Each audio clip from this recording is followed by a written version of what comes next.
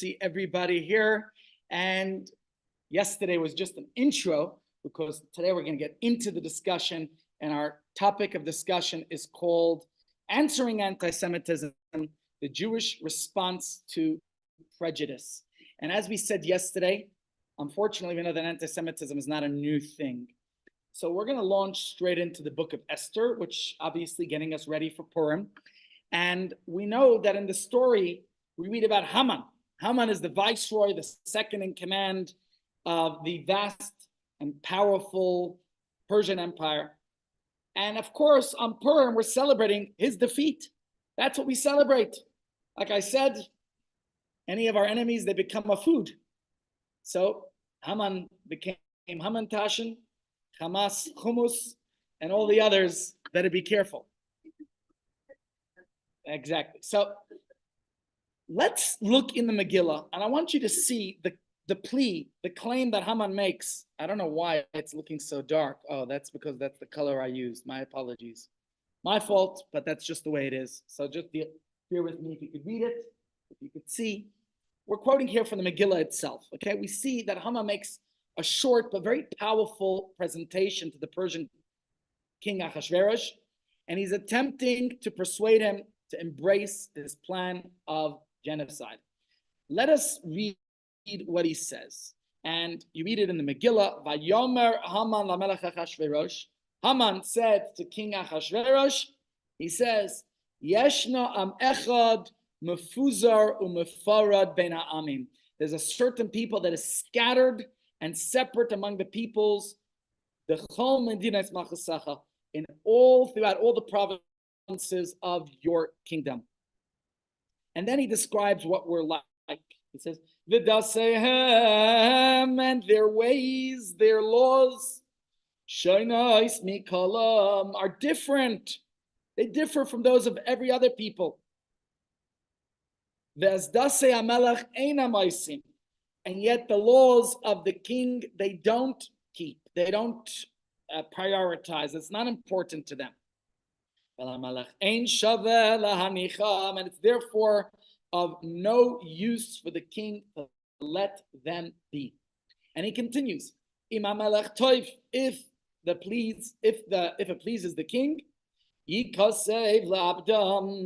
it should be written to destroy them. Not only should they be destroyed, but Haman even offers bribery for this. He says, and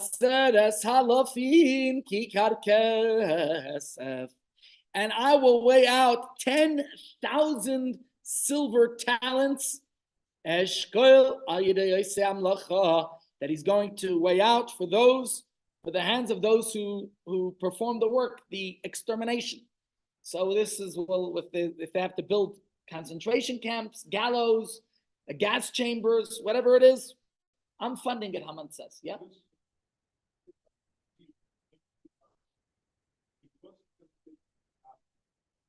Yeah. Al Yidei Isam Lacha, very, very explicit. This is for the work that has to be done. But he does say it's going to be given to the king's treasuries. That's where it's going to be paid. So we look at this story, right? Haman's argument is straightforward. It's clear. Jews are different. We're alien, outsiders, an obstruction to normal society. We don't fit in with the rest of the human family. We have our own faith, our own laws. He says we feel superior to the king's laws.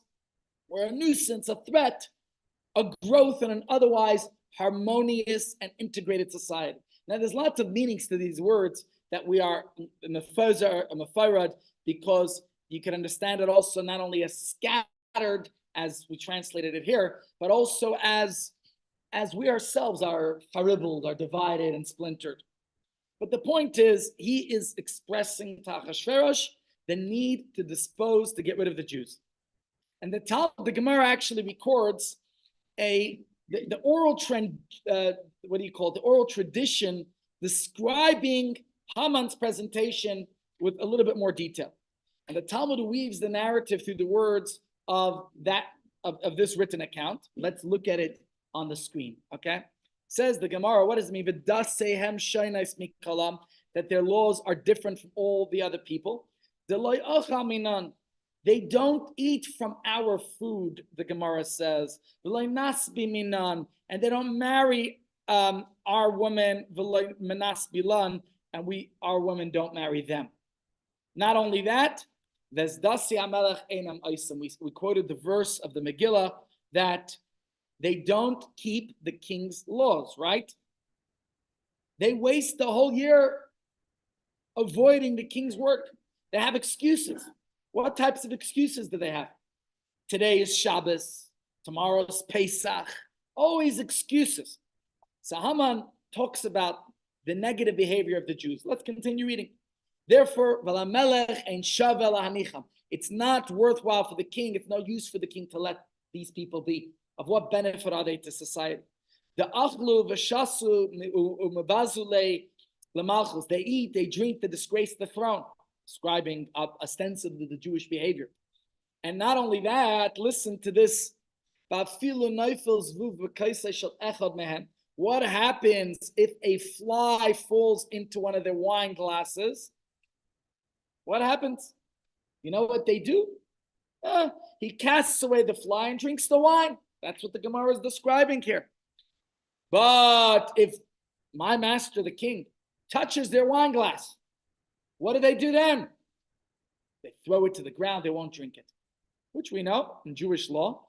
There's something to this, right? This is not a little secret.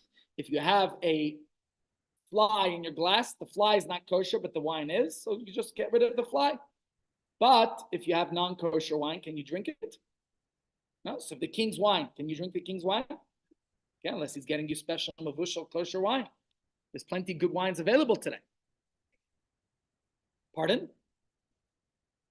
Oh, that's another story about them eating at the banquet. That's already getting a little bit further into this. But the point we're making here is Haman's claim. He says these people are not worth your while. Let's just look at this halacha about wine falling into, and you see it on top of the screen. The Gemara says, or the halacha, this is Shulchan Aruch says, that stam yeinam shel oivdei chechavim asur bahana. It is forbidden to derive benefit from any wine of idol worshippers. That's the correct terminology. I copied it from a place that said non-Jewish wine. Now let's just clarify that. Why is that? I guess one could say, and this is written in the halacha, that's a decree of the rabbis who suspected that if wine is being used for idol worship, then you're not allowed to use it. The Jew's not allowed to consume it. Because we don't know what wine is being used for by anyone, sages forbade all non-kosher wine. Now, what's the significance of that? Because juice, can you take an orange? Can a Gentile squeeze an orange for you and you have orange juice? Yeah, orange juice. Did I ever tell you my story about the juice? We were sitting in a Chinese restaurant in New York called Shanghai. It's good food. The only problem with Shanghai was they had a rule that if you take doggy bag, we charge you extra, even if it's just fly lice. You want fly chicken? Fly chicken, okay. Fly lice? Charge you extra. Anyways, it was a very fun restaurant. We used to like going there. A lot of this is from there. I used to go with my friends every Thursday night. It was $6.99 all you could eat. Then they realized we're eating so much, they made it $9.99, and then $12.99, then $17.99, then $24.99. Then they closed down. Anyway, Shanghai was a good kosher restaurant. We used to enjoy going there. They had food. You cannot believe what kind of a buffet they'd put out on a Thursday night. So we once having a debate about Jews in China. I know as a Chabadnik, there's Chabad houses in China, although prior to a few months ago, I've never been to China. I just went to China a few months ago on my way to Australia, but otherwise never been there. So we're debating if there's Jews in China. I said, of course there's Jews in China. There's like 13 Chabad houses in China. So the discussion back and forth, the debate was, you know what? We're sitting at a Chinese restaurant. Let's ask our waiter. He looks Chinese.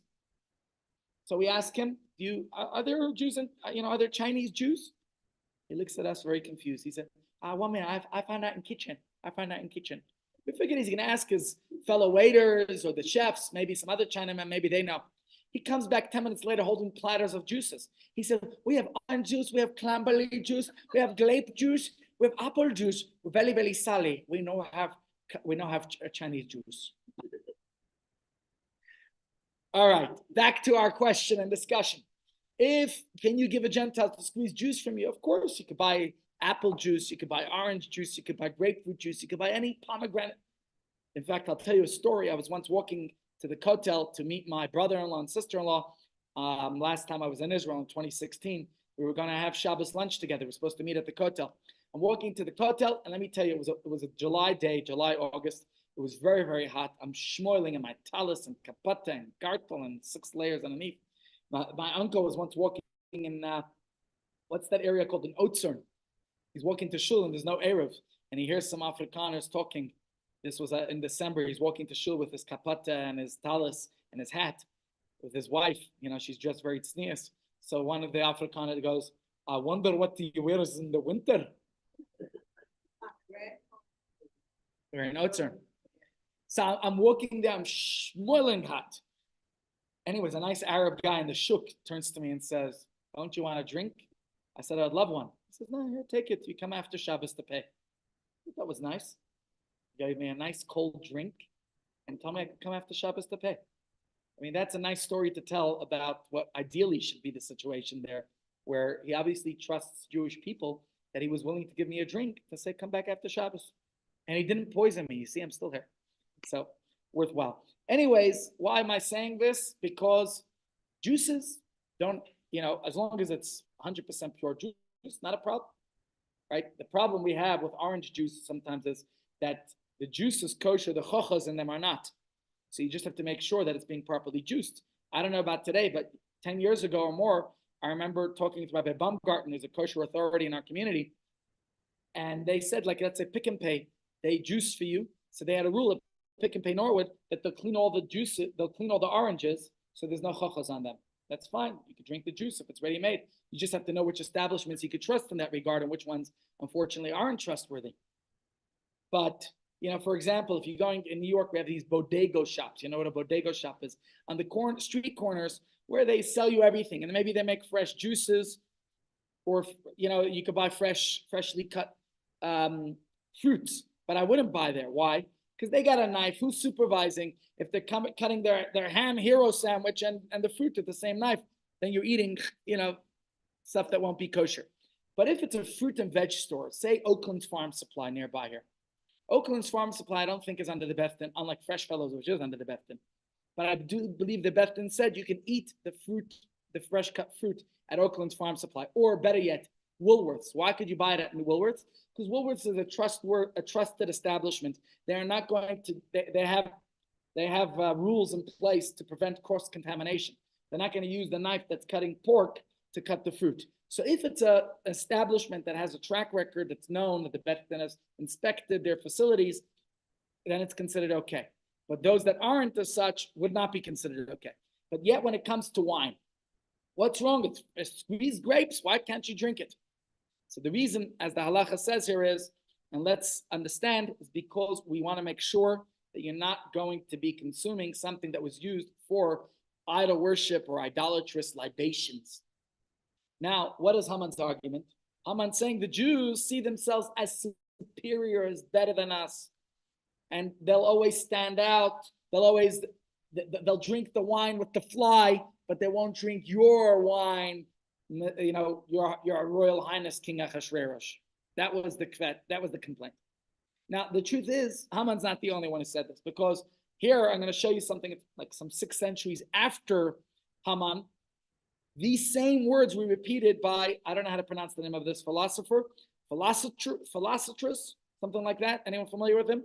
Anyways, Philostratus, he was a 3rd century teacher, lived in Athens and Rome, and he summarized the pagan world's perception of the Jews. Let's read it on the screen. Philostratus says, the Jews have long been in revolt, not only against the Romans, but against humanity. You hear his words? Right in front of you, black and white. And a race that has made its own life apart and irreconcilable, that cannot share with the rest of mankind in the pleasures of the table, nor join in the libations or prayers or sacrifices, are separated from ourselves by a greater gulf than divides us from Surah. Look at this. Or Basra, of the more distant Indies. Those are the words. So here again, you have the same argument, right? In one form or another, this same argument is not only repeated here by Mr. or Professor or philosopher Helastrophes or Philostratus, I don't know how you pronounce this name, whatever the case is, the same thing is repeated thousands and thousands of times again throughout history. The great Roman historian Tacitus, who lived in the 1st century, you know what he said about the Jews? Let me find it. I put it on the screen. Okay, I'll find it later. He said, I should have put it on the screen, maybe. Now I got to remember what he said. Pardon?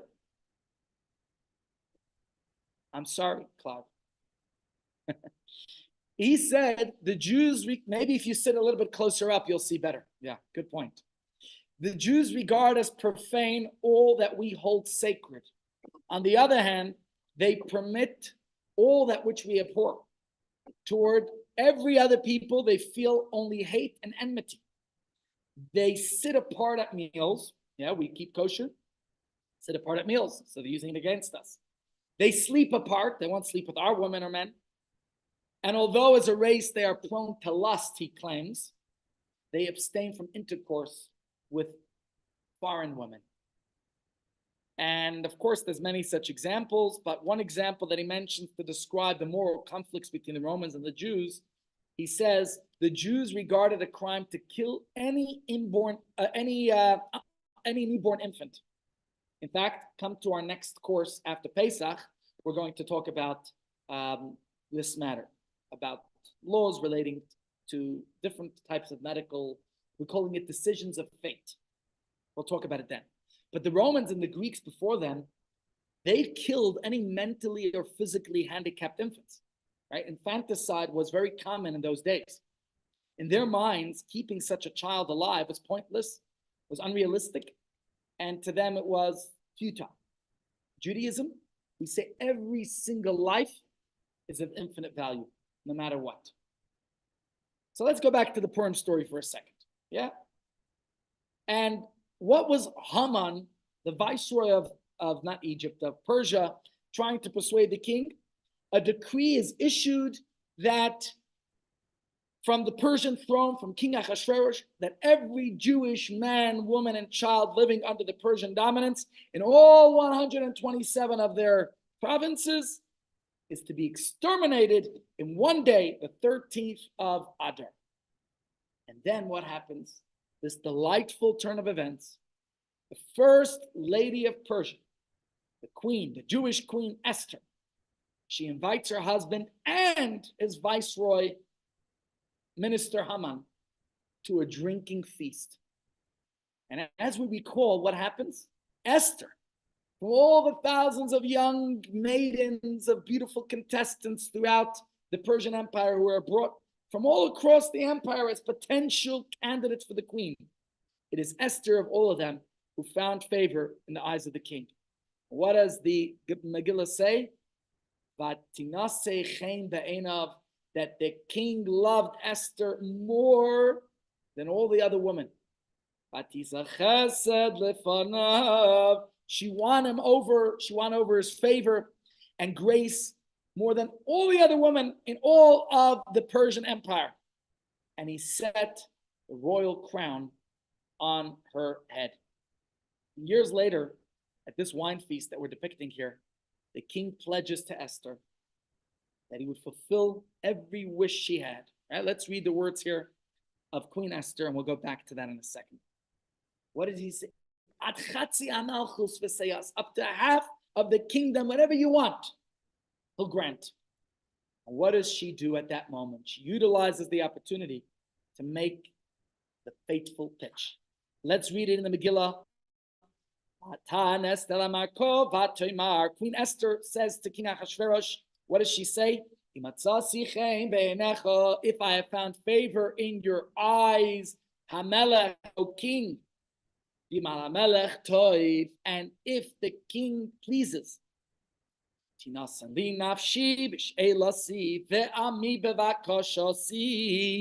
may my life be given to me in my petition, and my people in my request. Right here in front of your eyes, you can see it. What does she say? Ki nimkarnu ani v'ami. For we have been sold, I and my people. What do you mean you've been sold? What are you talking about? The king's wondering. Lahashmid, laharoig, la'abeid, to be destroyed, to be slain, to perish. And she says, if we've been sold as slaves, as bondswomen, okay, I would have kept silent. Interesting terminology, phraseology she says here. For the adversary has no consideration for the king's loss. If we were just sold as slaves, but now they want to exterminate us. Now, very clearly, Esther is attempting to approach the issue from two sides. Let's analyze this. What is she saying? There's a personal one and there's an economical one. Let's try to understand this. First, she exposes her Jewish identity finally. She tells the king who she is. The queen is telling her husband that she is a member of a people who is condemned to death. Esther knows that this alone will not do the trick, because if the king himself despises Jews, then, she hasn't won him over. Maybe he's just going to say, okay, maybe you deserve it, right? So she uses a two-pronged approach in trying to persuade Achashverosh. What does she say? The queen is telling him, she's talking, rands and cents. She knows that money does the trick. Bribery and corruption. And we know that Haman used the same approach as well, right? Haman persuaded King Achashverosh with logic and cash. He says to Achashverosh then that it's not worthwhile for the king to keep this people, and he gives his condemnation against the Jews. And then he even throws in the money, right? 20,000 gold talents I'm going to pay. And now Esther's using the same. She knows her husband. She says, if you'd sell the Jews as slaves, at least you would profit a lot more than by exterminating them. The money that Haman offered him is minuscule if you weigh it out against the potential profit of selling this people into slavery. Now you're not going to get their taxes. Now you're not going to have their workforce labor. So what did you gain? You see how she persuades him with this logic. Now Achashverosh had no idea that Esther was Jewish until now. And he's outraged at Haman. He's angered. And of course we know that he was a very peculiar person, because he killed his first wife Vashti at the behest of his friend Haman, and now he kills his friend Haman at the behest of his second wife Esther. Confused man. He's outraged. He has Haman executed, and the decree is backtracked, is subverted, of course, in an interesting way because of the red tape in Persian society. So how is it done? It is said that the decree can't be rescinded, because nothing that the king's seal goes on can ever be backtracked. So therefore he issues a second decree that the Jews are allowed to defend themselves. And the irony that the Persians still tried to fight the Jews, which of course the Jews were able to defend themselves on that day. So now we understand Esther has this request, and Achashverosh grants the Jews the right to defend themselves against anyone who would try to dare to harm them. And the entire climate of the Persian Empire towards the Jew is now completely, radically transformed from Jews being victimized to be annihilated, and now given the right to defend themselves. And Esther's first cousin, Mordechai HaTzadik, he is appointed the viceroy, replacing Haman. So ladies and gents, I got a couple of questions. We'll keep it simple. I put it on the screen. Haman did not argue the case for Jewish extermination solely on the basis of a senseless, venomous passion. He presented what the king considered to be a sound and persuasive case, right? The Jews, according to Haman's argument, he said, are an alien growth, a bizarre people, a separatist nation, a fifth column. They won't accept the king's authority. They even consider their law superior to his. They won't drink his wine. If a fly falls into it, they'll drink it, but not if it comes from the king. He says to the king, basically, you cannot tolerate such a fifth column in your empire. That was Haman's argument, pretty simply, to the king, right? It's a very strong accusation against the Jews, isn't it? What do you say? And Achashverosh accepts it as a result, with all the issues, with all the decrees demanding that all his subjects dispose the Jews. All Jewish men, women, and children will be exterminated on the 13th of Adar, right? And yet nowhere in her entire dialogue with her husband, the king, do we see Esther refuting Haman's argument. Do we? Garnished. But why did Achashverosh annul the decree if he believed Haman's outcry as invalid? If Esther was able to persuade her husband to reverse the decree, to allow the Jews to defend themselves, why? Under what persuasive argument did she use? Right? You might argue that Esther's charm, her grace, were the exclusive factors for Achashverosh's change of heart. Maybe. But it's clear that Esther does not just rely on her good looks alone, because she does say that the Jews are, now I'm forgetting my train of thought. What did she say to Achashverosh? That I am slated for extermination. And she uses a financial persuasion as well, saying it would have at least been for your benefit to keep them as slaves, as bondswomen. So why does she use this argument about slavery versus genocide? She doesn't say, no, the Jews aren't as bad as Haman makes them out to be. She refutes the economic offer, right? That she says, she demonstrates it will be worth your while financially to keep the Jews for taxes, for slavery, for workforce, for labor. But she doesn't say that we're not a fifth column. She doesn't counter all of Haman's arguments. Why does she ignore Haman's argument for a Judenrein society? Why does she stay silent about that? Remember, Haman gave this compelling argument to Achashverosh about the separatist, elitist Jews. His claim, again, is not just Haman's claim. It's a claim that's repeated over and over throughout history, many generations, many Jew haters, about the Jewish problem. How are we going to solve the Jewish problem? And unfortunately, we Jews have suffered throughout history as a result of this complaint against us. But when we look here at how Esther responded, we did not find her contending with any of these claims at all. Esther simply woos Achashverosh with her charm, so seemingly, and the story's over. But what about the actual issues that Haman presented? What is the real answer? And before we examine Esther's response or lack thereof, I want to look at some other cases in history, some other incidents, and we'll get back to this soon. Yeah, Ramesh. Yeah. Right. Yeah.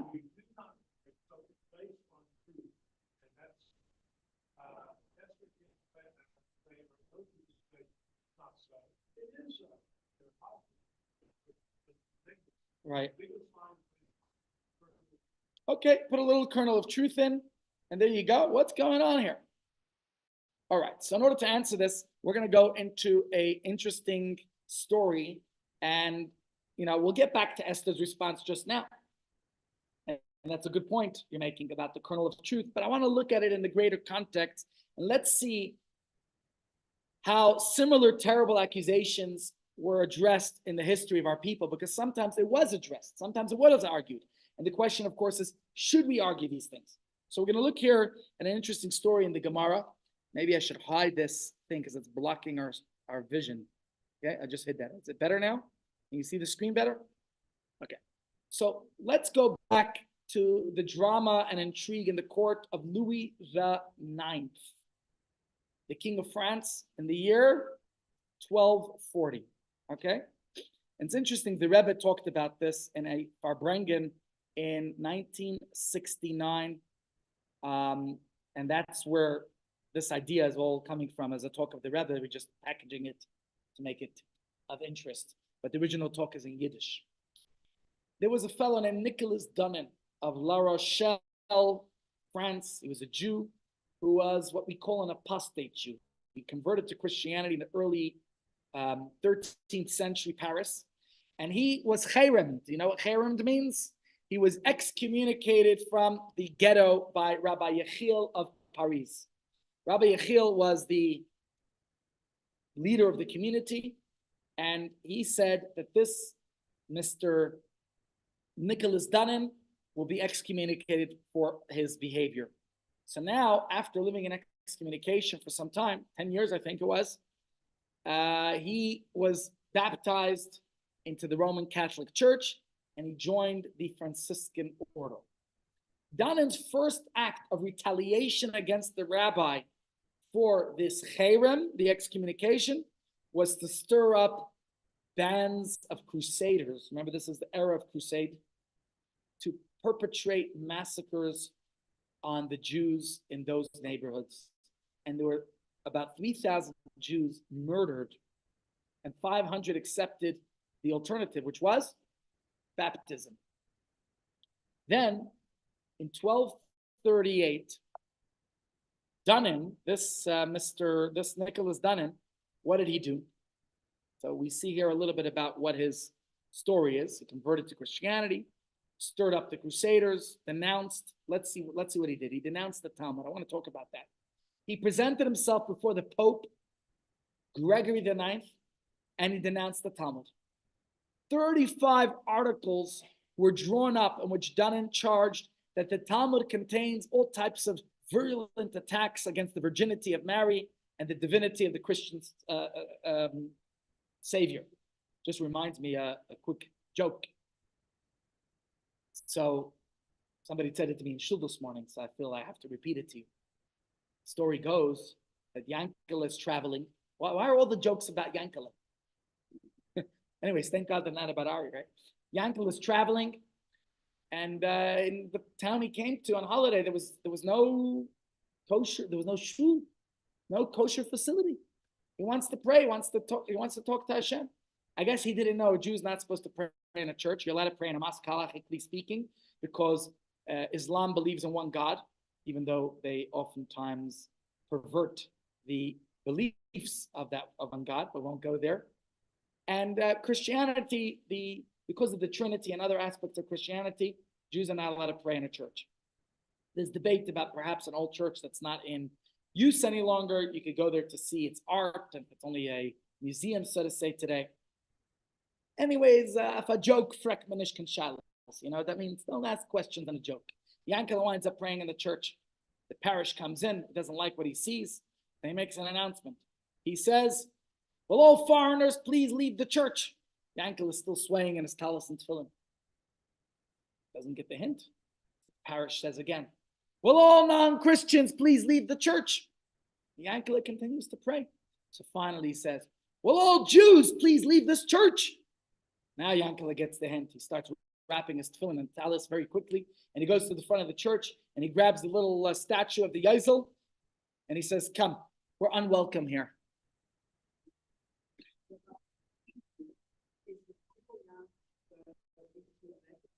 Are you allowed to go into the Vatican? It depends how you consider it. If it's considered to be a museum, you're going just as a sightseeing, then probably yes. If you're going for any religious purposes, then no. So maybe it has to do with the kavanah. What's your kavanah? I can't see why a Jew would want to go there to, for any religious purpose, because that's not our religion. And therefore, I would say most likely you can. I've even seen rabbis, Chief Rabbi Lau was there, and there were other rabbis. So I would imagine based on that, you probably would be able. But back to our story, he is convincing the Pope with all these accusations against the Jews, and the Pope was persuaded that all these accusations had merit. What does he do? They dispatched transcripts of the charges to church officials throughout Europe, along with an order to seize all copies of the Talmud and to deposit them with the Dominicans and the Franciscans. And sadly, this is what happens. They start to take books of the Talmud and books of the throughout Europe, and what happens to them? Burned. 24 carriage loads of the Talmud were burnt. Now, generally speaking, for a while, I think the order was ignored, but in France in particular, they were burning books of Talmud left and right. And unfortunately, not only were the books of the Talmud being burned, but the rabbis were being arrested. And indeed, Rabbi Yechiel of Paris was, along with other rabbis, Rabbi Moshe Kauchi, Rabbi Yehuda of Malun, and Rabbi Shmuel ben Shalom of Shatau, they were all summoned to the church to debate with Nicholas Dunn, the apostate Jew. Unfortunately, I think that our worst enemies usually come from within. Somehow, even in the Torah, we read about Dasan and Aviram, and even today, just this week, we had at the Oscars, I think it was a Jewish producer. Yeah, Glazer. Where's he from? A German Jew. So how sad. And not only him, I see others. There's a Hungarian Jewish professor who, by the way, has a lot of brilliant ideas, but somehow he comes across very viciously anti-Israel. And I like his content. His name is Gabor Mate. He has some very good ideas, insights. But when I listen to him talk against Israel, I can't listen to his other information. It's very sad to see. We have the worst enemies from within. Now, of course, the disputation took place, and there were many successful arguments defending Judaism by these rabbis. And the actual outcome of the debate was ignored. And nevertheless, they burnt the manuscripts of the Talmud. And it was a very sad situation to see the Talmud being burned throughout Europe. Just in France alone were these 24 carriage loads of Talmud. Now, just to understand, 13 centuries before the printing press, right? So each of those books of Talmud were handwritten manuscripts. Just imagine the amount of work that went into that was now up in flames.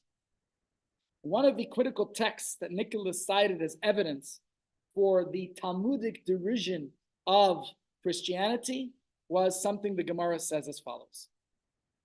Let's read it on the top. Can you see? This comes from Masechet Sofrim, Tractate Sofrim.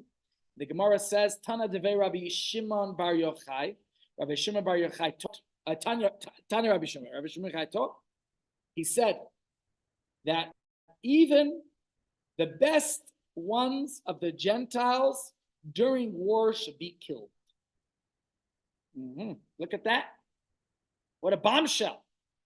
Nicholas seems to have found pretty compelling proof that we Jews have this, we harbor an intense hatred to the non-Jews. If the Gemara says, Rabbi Shimon Bar Yochai said that even the best ones should be killed in times of war. Now, again, putting it in context, of course, but doesn't this seem very clear, blatant hatred? What does it mean? So how would you respond? Rabbi Yechiel of Paris, we're going to read his response here. And the first thing he set out to explain that there's a difference, the word goyim. What is the word goyim derogatory? Does the word goyim mean always kill all Gentiles? What does the word goyim mean? He has to define the word goyim. What's that? Okay, so let's read his response. Very good. You have to understand what the meaning is. So let's read it. You see it on the screen?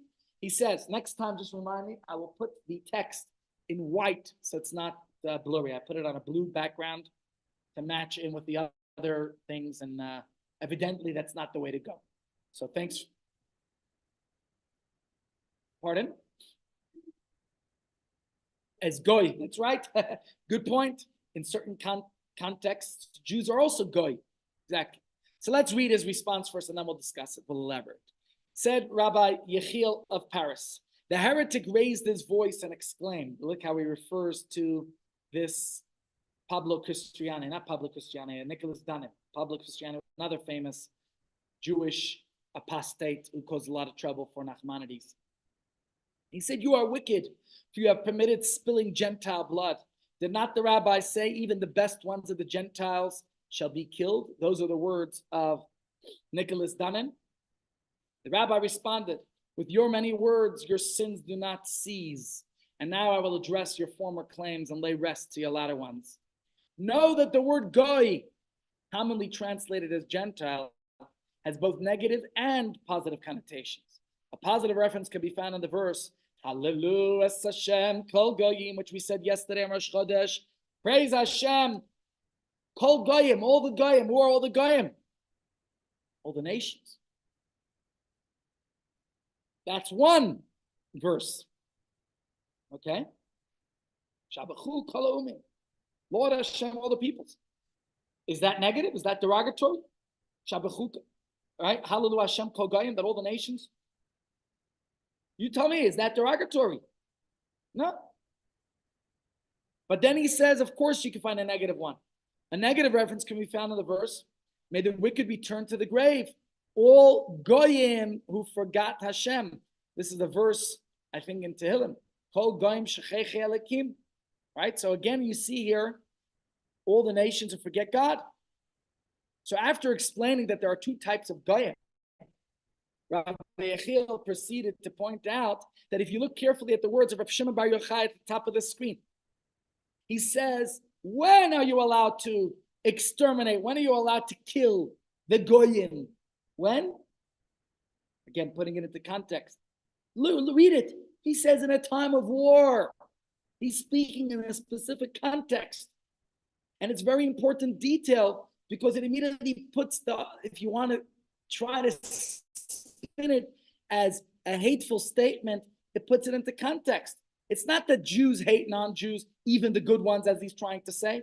Rather, if there were people fighting you, even if they may have some good redeeming quality, the very fact that they're waging war is proof of their animosity, of their hatred.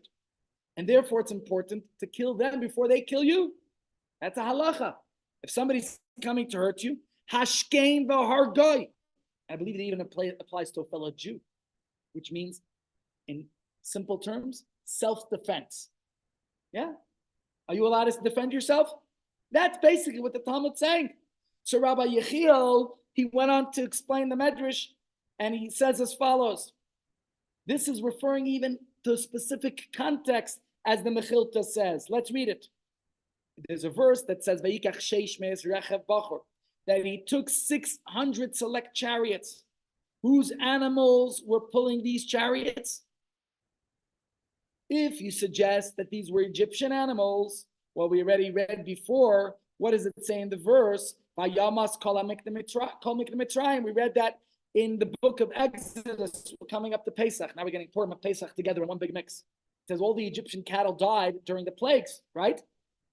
If you suggest they belong to Pharaoh, well, did we read, behold, the hand of God will be upon your livestock that is in the field? If you suggest that it's the Israelite property, it says, and also our cattle will go with us, meaning when we left Egypt, we took our own cattle with us. So how did the Egyptians pursue the Jews when they left Egypt? And remember, they were remorseful losing their workforce.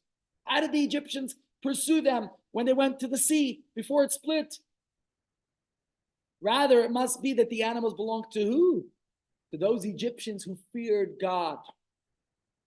Says Rabbi Shimon Bar Yochai, we can conclude that the ones who feared God were the ones who harmed the Jews. Feared God, doesn't it sound like they're good people? Rabbi Shimon concluded, even the best ones of those Egyptians should be killed. Why? Because although they appeared to be good people, that wasn't the case. The Medrash is bothered by the question of where the Egyptians got horses to pull their armed chariots if they were all killed in the plagues. Remember pestilence and hail? It certainly couldn't have come from the Jews because the Jews took their cattle with them. They left Egypt with them. So where did the horses come from? Well, the Medrash says that it must have been by those Egyptians who feared the word of God, and therefore they listened to Moshe's warnings and they put their cattle away. These people, they believed, and that's why they put the cattle away when Moshe said another plague is coming. And that's why they were spared. And guess what?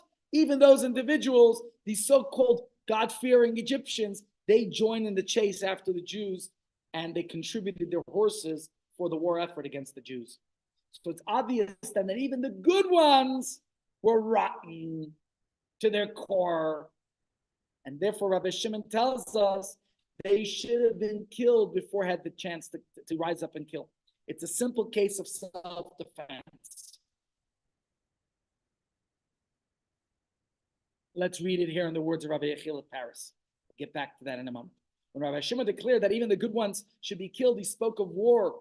For if they are coming to kill you, the halacha is hashkem v'hargai. It's imperative to rise up and defend yourself in killing them first. Something that would be imperative even if he were a Jew. However, when the Jews approached the 7 nations of Canaan to wage war upon entry into the land of Israel, they were commanded first reach out in peace. That's the halacha. First try the amicable way. First work out in peace. Certainly this is the protocol in times of peace. Indeed, said Rabbi Yechiel, we consider it patently forbidden to harm, both financially and personally, even a hair's breadth of the nations among whom we dwell, who protect us. It goes without saying that the Torah's prohibition on murder applies to Jews and Gentiles equally. So Rabbi Yechiel of Paris defended this feeling, this sentiment. And he concluded that the Jews harbor no bad feelings to their non-Jewish neighbors. In fact, they live peacefully alongside them. They conduct business with them. They actually pray for their welfare. You know, we say a prayer for the welfare of the government. Chief Rabbi only recently changed it to not pray for the ruling party, but for the governance of the country. Why? Because the governing party is harming us. So here, Rabbi Yechiel of Paris is explaining the Jewish stance, and yet he still was not successful in preventing the terrible decree, which was the burning of the books of the Talmud. Because unfortunately, the overwhelming anti-Semitic and fanatically Christian climate of medieval France, and we Jews have suffered a lot from Christianity throughout the centuries, more so than from Islam. It wasn't possible for them to recognize that the rabbi actually was vindicated. And we know what happened. And this was Rabbi Yechiel of Paris's response to the hateful vitriol of the Haman of his time. So my question to you is, what about Esther? Why didn't she say anything to counter the Hamans of her time? Right? We see that Esther doesn't make this argument. She doesn't try to persuade the king of logic. Why did she only rely on her good looks?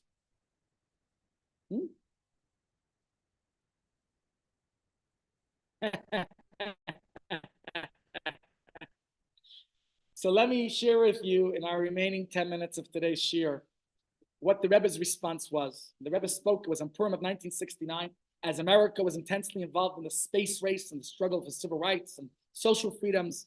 And the Rebbe delivered this landmark talk in 770 in Lubavitch World Headquarters. And the Farbrengen lasted for many hours, and the Hasidim were very privileged to hear the most passionate address from the Rebbe. And the Rebbe spoke with tremendous zeal, using the Megillah and its storyline to impress upon all the people present at the shul the most important lessons of what it means to be a Jew in modern day America. And certainly I could say that it definitely applies to us here in South Africa too. And what was the Rebbe's point? Okay, I think the Rebbe's words ring as true today as they did then. And he began by taking a look at the Purim story. And he noted the thundering silence in the face of Haman's argument and asking the simple question that we're discussing. Where is Esther's answer? Why does she not address Haman's allegations against the Jews? Why does she not address that issue? That's our question. Where is Esther's answer? Now, some questions actually are resolved by answers, while some arguments are refuted by counter-arguments. But there are beliefs and notions that do not need either of them. You don't have to engage in debate or dialogue to disprove them. because reality does the job. When reality is exposed, then those arguments, those beliefs dissolve into nothingness. And Haman's allegations fell into this category. Esther responded to Haman's argument for Jewish genocide not by dialogue, but by sheer presence. The moment she identified herself as a member of the Jewish people and as a product of the Jewish faith, Haman's thesis, Haman's argument vanished. Achashverosh knew Esther intimately. After all, she was his wife, right? He sensed her soul. He touched her grace. He cherished her personality. I would assume if he was attracted to her persona, which is why he married her, of all the maidens and all of the entire Persian Empire, then he adored her glow, her charm. And he, as he said, I'll do anything you want, at chatzi amalchus, to have the kingdom, right? He says it clearly. He knew that Esther's character and valuable, and her personality was noble, was dignified, was pure. Right? If he chose her from everyone. So let's read what it actually says in the Megillah about why he was attracted. And it says, Esther Esther was taken to King Achashverosh to his royal house in the 10th month, which is the month of Teves, in the 7th year of his reign.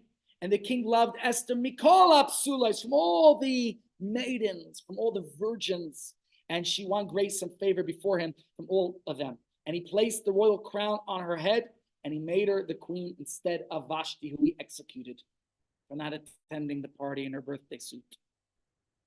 And the king made a great banquet for all his princes and all his servants, right? And Esther, he called it Esther's feast. And he granted a release to the provinces, and he gave gifts according to the bounty of the king. So here we see Esther's beauty or charm, and yet Achashverosh never even realized that she was Jewish.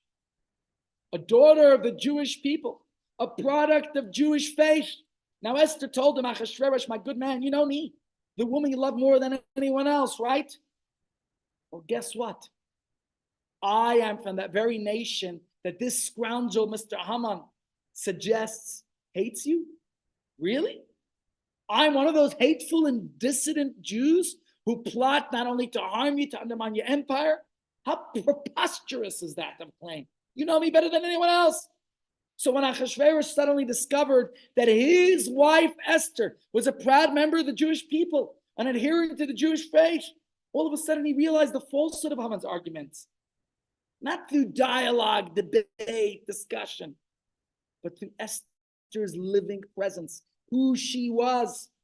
Esther's day-to-day life demonstrated louder than any argument could ever achieve the absurdity of Haman's arguments that the Jews threaten society. Really? Looking at Esther, sensing her refinement, her inner beauty, her charm, her personality, her characters you described, Achashverosh understood that this alien nation who lived by another code should not be loathed, but should be respected. Look what wonderful people they are. They might be different, but let me ask you, does different mean their fifth column? That's something that otherness should be something that's respected. That's something that should be emulated. No? Well, we're talking here about the Jews' differentness, right? This otherness is something that should inspire everyone else to live and to love deeper, to encounter their individual path set by God. That yes, we might be different, but that difference is something that is respectable. That is, what's the word I'm looking for? Something to be admired.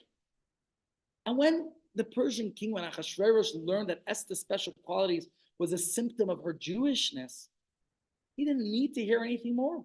That's it. The argument was spelled out to him by her very presence. He got it. The last thing he needed to worry about is the Jewish people and their faith. He knew Esther. If anything, it would be to his benefit to keep these people. They would be a blessing for his empire. And that's why he knows the decree. I want to just put it up here in the Rebbe's words, to read the Rebbe's words to you very quickly. But the point is, the Rebbe says to refute Haman's argument, Esther didn't need to do anything more than to demonstrate that the claim it is not worthwhile for the king to maintain them, as Haman said, is not true. Esther indeed proved that it was the case. The Jews may be dispersed throughout the nations and keep their own laws, but you, Achashverosh, can see for yourself that this claim, it is not worthwhile for the king to maintain them, is not true. Haman claimed that it isn't worth the king's while to maintain them. And what does Esther answer? You should know that this is a nation that I come from. You tell me. Who is Esther? Esther was the one whom the king favored over all the other women in the land. So Esther told Achashverosh, I do not need to engage in lengthy discussions with you about this Jewish people. Yes, we are a nation that's dispersed across the land with a different culture and laws. It's all true, right? Like Moshe said, you have to present a kernel of truth in order for the lie to be believed. But this is my nation. This is my people. I also conduct myself this way, she says to her husband. I am a member among them, and I grew up. Yet you know that you chose me from all the other women of the land, from 127 provinces. Surely this demonstrates the entire claim is preposterous. And Ahasuerus had no hesitations. He knew of Esther's qualities and her unique habits in the palace, and it's just that before her confession, he didn't know that this is the way the Jews behave.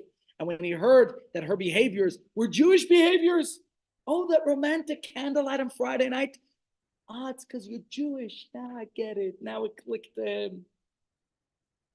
He says, who is it? Who dares to say that a nation that produces such a specimen as my Esther is worthy of eradication? Only an evil, hateful, despiteful Haman. Verstehst, my friends? This is how Esther answered the king. Just by knowing Esther, Ahasuerus understood that this nation who lived by another code should actually be respected. And my friends, with just a few minutes remaining, I think this is a lesson we all need to take to heart. Sometimes Jews think that by hiding our otherness of Judaism, if I hide my kippah, if I hide my Magen David, if I hide my identity, that's when I'll get the approval of the world. Ask the Jews of Germany who were more German than the Germans, and did it help them? The facts prove otherwise. Assimilation and eclipsing the uniqueness of the Jewish people has never assuaged anti-Semitism. Tradition tells us that the Jews of Shushan, capital of the Persian Empire in the time of the Purim story, what happened? The Gemara says they were quite assimilated. Let's read it here.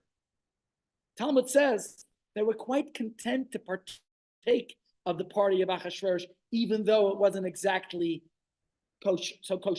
Let's read it in the Gemara says, Rabbi Shimon ben Yochai was asked by his disciples, why were the enemies of Israel a euphemism for the Jews themselves in that generation deserving of extermination? I forgot to put the answer in. You know what he said? He said because they partook of that feast of the wicked Ahasuerus. The Jews made every effort to assimilate into Shushan's culture. They made sure in every way, shape, and form to try to blend into society, right? They should be the cool kids on the block. Nobody will see I'm Jewish.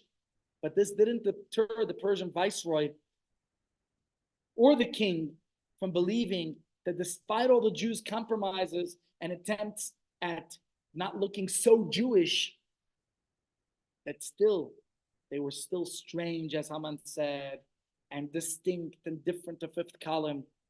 And this is a pattern that didn't just happen back then. It's a story that repeats itself over and over and over again in every milieu of history. Never in history has assimilation solved the problem of Jew hatred, of anti-Semitism. The most notable, of course, obviously, is Germany, but so many others. Jews in Germany were highly assimilated. They were fully integrated into mainstream society. But it was that very country where the worst Jew hatred actually sprouted, right? You think about how many things happened. Scores of great Jewish people converted. And so many stories about Jews who tried to blend into society and garnish geholfen. Jews who tried to see themselves as the rest. And the anti-Semites saw in them the Jews still. And they saw them as different and bizarre and strange. Let me put this here. A few statements. Tolstoy wrote in a letter, the Jew is the religious source, spring, and fountain out of which all the rest of the peoples have drawn their beliefs and their religions. Yeah? John Adams wrote, the Hebrews have done more to civilize men than any other nation. And I always never know how you pronounce this guy's name properly. Nietzsche? Huh? Nietzsche. He believed the Jews introduced to the world slave virtues like pity, the kind and helping hand, the warm heart, patience, industriousness, humility, friendliness. Designated for the weak and envious, Hitler blamed the Jews for inventing the life-denying reality called conscience. And today, many people, academics and laymen alike, believe that the Jews are responsible for all the conflicts in today's society. Just read the propaganda out there. Israel's at fault for everything. It's good today they could just change the word Jew for Israel and say, I'm not anti-Jewish, I'm just anti-Zionist, right? Look at our government. And as much as we try and attempt to run away from our identity as Jews, even Ronnie Casseroles tried to claim to me, no, first he told me he's not agnostic, he's not practicing, blah, blah, blah, blah. You know the difference between an agnostic, a atheist, and us. You see, the atheist says, I deny. Baruch atah Hashem, Baruch atah, I deny. The agnostic says, Baruch atah, I don't know. Is there a God? Isn't there a God? And we say, Baruch atah, Ad Hashem. My jokes today are so flat. I can't believe it. Terrible. Okay, I'll stay away from comedy. It's all right. I'll stay away from comedy. It's fine. Huh? The Chinese. Okay, fine. The point, my friends, is that the non-Jew senses the day the Jews stood at Sinai, we were different. We accepted the Torah. We became different. And the solution for the Jewish people is not to deny our uniqueness. It will never, ever work. We have to embrace our Jewishness like Queen Esther did, to be proud of our lifestyle, of our moral and ethical ways of Torah. And when we learn how to embrace our otherness with love and grace, rather than be feeling shame and guilt, then it becomes a source of admiration, of respect, of inspiration for all of humanity. Let's see it in the words of the Rebbe on the screen. Said the Rebbe in this talk in 1969, in our modern times, there are people who come and say that they are being tested. How can we educate our children to be like their Bubby with modest dress and like their Zadie with a long beard? At least we have an example to demonstrate. These are strange cultures, not in sync with the laws of the king.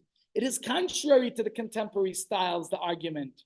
And to that point, to the point that such people begin to doubt if it's worthwhile to maintain them. The best answer is, says the Rebbe, you belong to the Jewish nation, and the Jewish nation has proven time and again how they have survived alive and well in this physical world.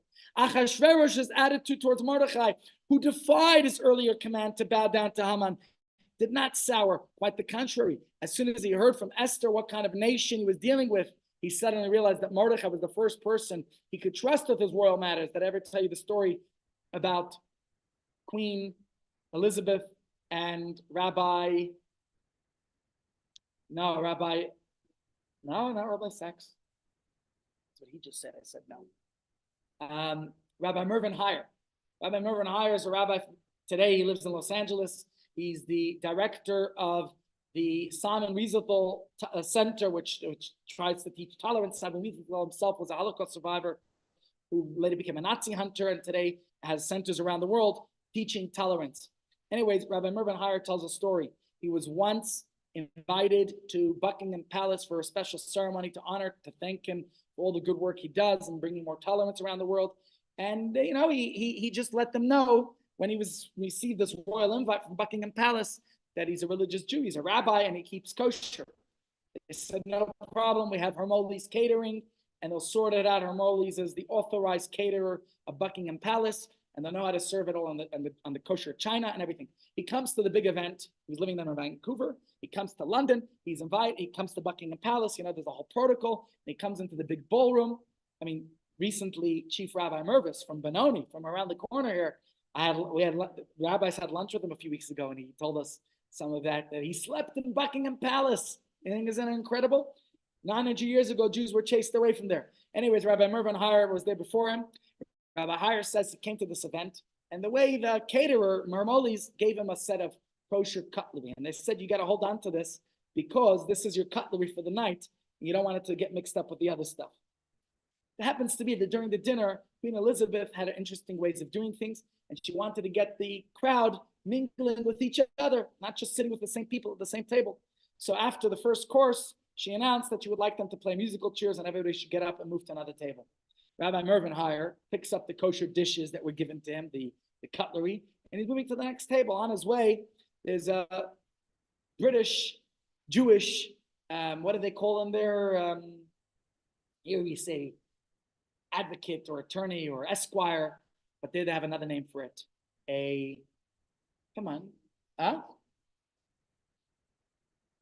Something else, not a QC. Forgot what he said. He was some British big macher, a legal expert, and comes to him and says, come on, what are you embarrassing us walking with your dishes? He says, like, you're making an embarrassment of those Jews that we have to walk with our stuff. The rabbi says to him, listen, what is this an embarrassment? I'm holding the kosher dishes. Shouldn't get mixed up or confused. He says, you're giving us a bad name, this fellow says to the rabbi. Anyways, as the rabbi is walking with his cutlery, who bumps into him? Prince Philip. Prince Philip says to the rabbi, asks the rabbi, why are you walking? Why are you holding your cutlery? So the rabbi explains to him that I'm kosher observant. I think I'm the only one here who's ordered kosher food. And they gave me this one set of cutlery, so I'm just moving it to the next table. Prince Philip asks him what's kosher. He's not familiar with it. So the rabbi begins to explain to him all about kosher. He's finding it fascinating, so he calls over Queen Elizabeth. And now the rabbi's giving Queen Elizabeth and Prince Philip a crash course in kosher. In the meantime, this esquire, this British fellow, who I'm forgetting what his title was, barrister, thank you. The barrister comes by and he's also joining in the conversation. And at some point, he likes to show off to the queen and says, I'm also Jewish. To which the queen looks at him and says, so where are your kosher dishes?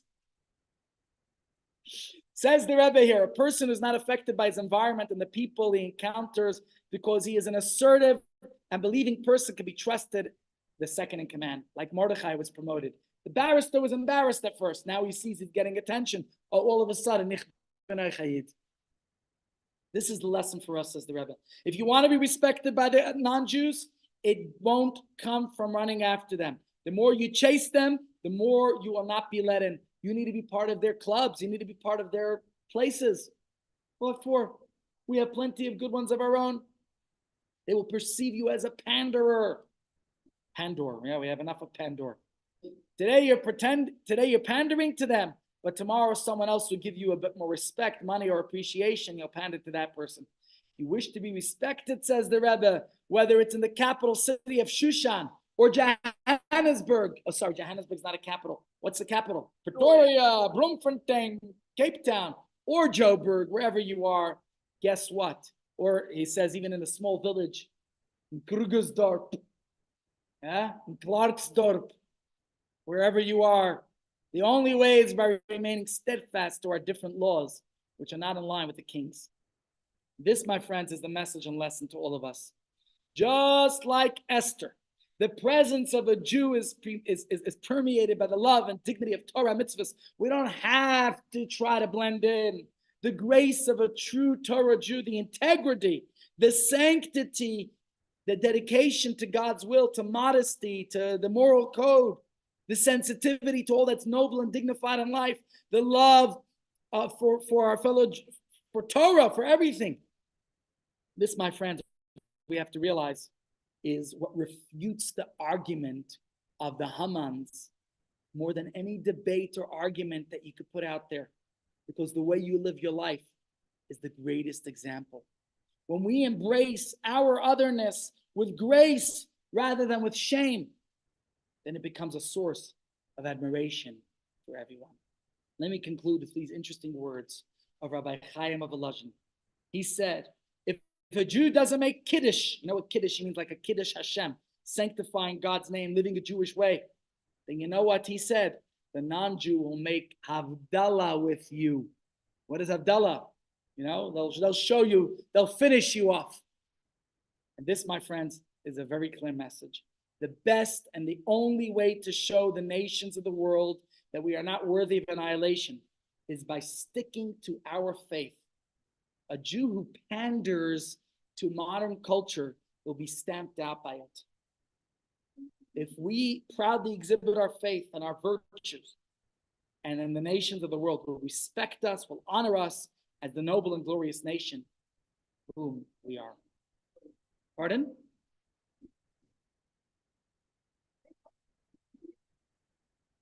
Well, the Jews of Spain, look, like I said today, it's happened many times throughout history. The same argument over and over. And our answer is, we're going to be proudly Jewish. How many Jews became Aranos? To try to hide and blend in with the rest of society there. The others said, you know what, you're not going to let us practice our Judaism, we're leaving. Did it pan out well for the Marranos? Listen, they sacrificed their lives, but it wasn't the best thing. Most of the descendants couldn't. I understand. But yes, she did. One of her famous children was Darius, who allowed the Jews to return to Israel and to rebuild the temple. Yeah. I hope you guys enjoyed today's class. Tomorrow we'll continue with the Purim theme. We'll look at some other areas and aspects of the Purim story. I'll go into something else. Maybe we'll look at Woodstock. I remember giving a shir during COVID about Woodstock and Purim. Maybe we'll look at that again. I'll try to refresh it and give it some new ideas. I don't have my slides from back then, so we'll make it a new one. I'll freshen it up. We'll look at the Woodstock angle of Purim. Tomorrow, don't forget, we have Dr. Stern. And on Thursday, you have Karen Shapiro, who's going to do physiotherapy with you. Next week, Thursday is Tainus Esther and a public fast and a public holiday. So next week, Thursday, we will not be here, but we'll be here till then. And in between, we have Shalach Manas for you.